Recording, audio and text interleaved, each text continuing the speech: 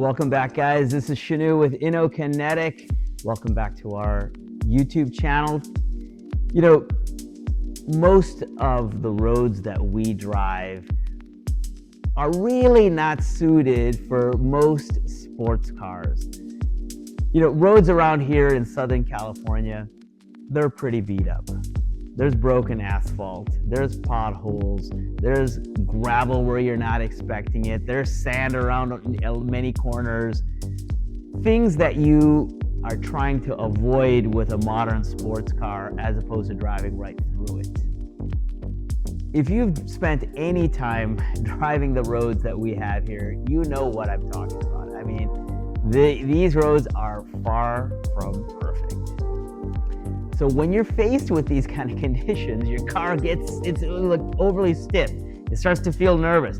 You're not that confident, right? Because you're wondering what's around that next corner and can your car actually deal with it? One of the answers that has been introduced are safari builds for Porsche 911s. Okay, well, these safari builds are pretty good off-road, but on the road, they don't work quite as well. So one of the options that's out there for these beat up rough roads are these safari builds that people are doing. You know, those cars have got lifted suspensions, they've got bigger tires, but generally those tires are designed for off-road. So that's kind of where these cars excel. They don't work quite as well on road because they just are designed, honestly, for off-road. Look, most of us are still driving on the pavement. So those type of cars don't quite meet all the needs that we have as we're trying to negotiate these beat up asphalt canyon roads. So that really begged the question, couldn't we come up with another solution? Interestingly enough, we've been an aerial dealer, I should say, since 2010. And we helped with the introduction of the Aerial Nomad. That's the car that really opened my eyes to the potential of a car that can actually work in these imperfect road conditions that we're usually driving. So that got us thinking, couldn't we build a car that works in these type of conditions? You know, our 111 RS builds, they were designed for not perfect conditions, but there's still some compromises that we had to make. So we started thinking, what other platform could we utilize to build what we think is the perfect broken asphalt, beat up road type of sports car? So what is this car that we felt would work well? Well, that's where our 996 RR or Road Rally build and that whole concept came from. The whole need that we felt exists out there for a car that's capable of going through these very, very difficult conditions. So that's where we started thinking about what kind of car could we build for these kind of conditions. And that's where the 996 RR build came from, right? This is not a safari build. This is not a track day build. This is a car built for road rally or broken asphalt and beat up canyon roads. Again, this is not about going off-road, right? It's about using the roads that we actually live around, the roads that we love driving, the roads that give us that thrill, that excitement, that enjoyment of driving. So our goal really wasn't to make the car just softer, right? It wasn't about making it more extreme. It was about making it more capable on the roads that we love to drive. So to do that, we had to take a different approach, right? It's just not about bolting on a suspension on the car and hoping for the best. We needed to really rethink the process of integrating all the various components into this car to make it work in these type of conditions. So what did we do? Well, we started with the 996. And why? Well, you guys have heard me say this before. The 996 has been the red-headed stepchild in the Porsche community. It is the car that, frankly, right or wrong, with the fried egg headlights, being the first of the water cooled, took a lot of abuse from the Porsche faithful. As a result, whether it's the IMS bearing scare or bore scoring, the values have plummeted on a 996. So it felt like the perfect platform for us to start with because it's still a Porsche 911. It is still built for endurance racing, which means it has strong components designed specifically for the rigors of endurance racing. So it's been the basis, of course, for safari builds. So people have run these cars off-road in very, very difficult conditions where the car is getting thrashed. I mean, it's getting beat up. So for us, we can start off with a car that really has the right elements to make this thing into a 996 road rally or RR that's going to meet our needs. So when we started to work, we had to reconsider the suspension. We had to reconsider the wheels and tires. We had to reconsider even the brakes. We had to think about it more holistically. Even the ride height, where are we going to set the ride height on this car? When you have a car that's simply too low, one of the dangers is tearing the front splitter or spoiler off the car on one of these type of roads. And it's happened to all of us, where we've come around and we hit a dip and bang, there goes our carbon fiber front spoiler. So look, our goal here was to make a car that would be faster than a C2 in these conditions, but more comfortable than a GT3, right? A car that isn't gonna tear off the front splitter the first time you have to negotiate a really difficult, broken road. So the other thing that, of course, that we love about the 996 is that it's still one of what I would consider more of the analog 911 driving experience. The steering is still hydraulic.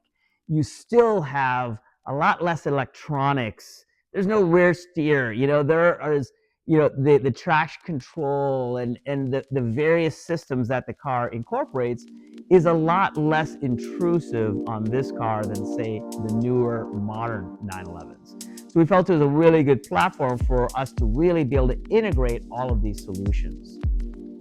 So what are the things that we've done? Well, we spec'd in a suspension, and we actually called up Elephant Racing and said, hey fellas, what do you have? So they sent us their kit, and it's really, again, designed for a safari build. But we thought this may be a great starting point. And in fact, it really was. When we looked at the spring rates that they were choosing, we were looking at the ride height considerations that they had. We thought this is a great place for us to start. Their recommendations for wheels didn't quite meet our needs for the road. They were specifying basically what would be considered a square setup, so that, in fact, all four wheels and tires were exactly the same. In fact, they would also offer you a fifth that a lot of people with safari builds would put on the roof rack. So now all of a sudden you've got a spare wheel and tire that will work on all four corners of the car. So that's great when you're grip limited off-road. But for our case, with a car that we're using on the road, it really didn't apply. So what did we do? We decided to look around at wheel options. What would work for us here? I wanted to go from an 18-inch wheel, which this car came with, to a 17-inch wheel. Now, not many 17-inch wheel options for the 996 on the market. So we ultimately, after scouring the space, looking for something that would work, what I landed on was, frankly, some custom wheels from Braid. So we called up Braid and worked with them. We specified the wheel diameter, the wheel width, the offsets, to get a very custom solution for our car. Why did I go with what I call inch down, or from 18 to 17s? Because I wanted to get more sidewall. We kept the overall tire diameter pretty much the same as stock, but by getting the smaller rim, we got more sidewall, more aspect ratio. What did that buy us? compliance. You see, compliance is what we're looking for to get through those rough conditions and still maintain the grip that we wanted. Brakes. Well, we went to the Giradisc two-piece brake rotors because we wanted to save some unsprung weight wherever we could. And overall, we saved just a little bit more than factory. With these wheels, with these brakes, we've managed to save a bit of unsprung weight, which we know is one of our mantras, particularly on the Lotus side, where we've done quite a bit of unsprung weight saving to get a better, handling car, a car that turns better, a car that brakes better, a car that accelerates better. So now that we've got these components installed onto the car, what were some of the other considerations? Well, we put mud flaps on the car, okay? That was something that we felt was gonna be, pretty controversial, but, we know the Safari builds are doing that. And guess what? When you're driving on these rough, canyon roads, you are throwing up rocks, okay? That is just the nature of the beast. The tires that we specified, they're a road-based sticky tire. So they are throwing up rocks. So by having the mud flaps, it gave us a little bit of extra protection, particularly when our friends are following us. So what are some of the other controversial things that we've done to the car? We decided to put some tube bumpers, front and rear, on the car, okay? At the front of the car, we actually eliminated the internal bumper, and we put a tube bumper that went straight into the pistons that the normal internal bumper attaches to. So from a safety perspective, we've managed to maintain that level of safety there, but also it gives us a little bit of protection for our fascia in the front of the car when you're parallel parking, or you're parking in cities where people are bumping into you, on the street in a parallel parking situation. At the rear of the car, we established a tube bumper that basically bolts to the internal factory bumper. So we didn't save any weight in the back like we did at the front. Lighting is always a consideration when you're in the canyons. So we decided to go with these Baja design DOT street legal LED lights that are quite large, and we've hung them off the front tube bumper. We still need to get them wired, but we expect to get a significant amount of light. Many of us love driving, frankly, at dusk or at dawn when there isn't that much traffic in the canyons. So extra lighting is a nice thing to have, and these lights in particular, being street legal, makes us feel pretty comfortable getting out there running them. Another thing that we did to this car that I know is a bit controversial is we perforated the rear fascia of the car around the exhaust system. This is, I know, somewhat controversial, but look, man, I want to get heat out of the back of the car. And this is one way for us to do that. We were able to eliminate some of the extra heat shielding that was back there, and now we've opened up the rear of the car. We first did this with the Lotus Elise and Exige, 20 some years ago now, and it works so effectively, in the Lotuses, that we started seeing so many other car, clubs and guys doing that in Lamborghinis and in a lot of JDM cars. And so we know it's a way to get heat out of the back of a car, and felt this car was a perfect candidate for that treatment. So what is the other thing that we've done that is a bit controversial?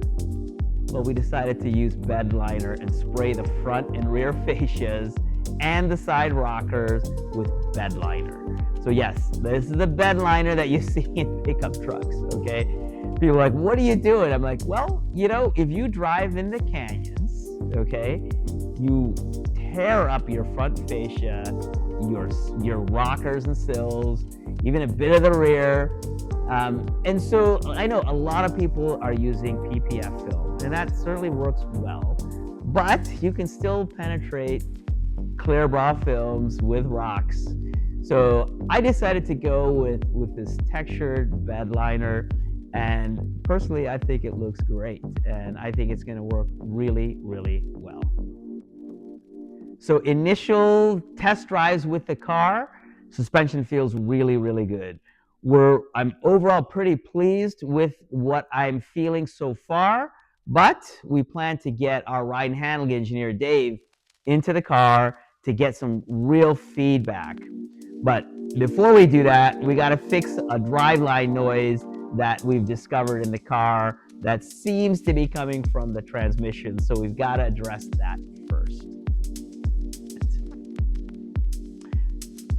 The exhaust system is now getting Cerakoted so that we can get it to look a little sexier. It's a stainless system, and so I got to decide on color. But in the next video, where we'll do some driving action with the car, we'll show you guys more about what that's ultimately going to look like. So our 996 RR build isn't about chasing perfection. It's really about embracing reality, okay? And that's the reality that we live with rough canyon roads. So thanks for watching, guys. Tune in. We're gonna have a future episode with more driving footage of the car when we get closer to having it, ready for that. We will be really excited to share that with you guys so you can see the progress that we've made on this 996 RR. Thanks for watching, guys. We'll see you next time.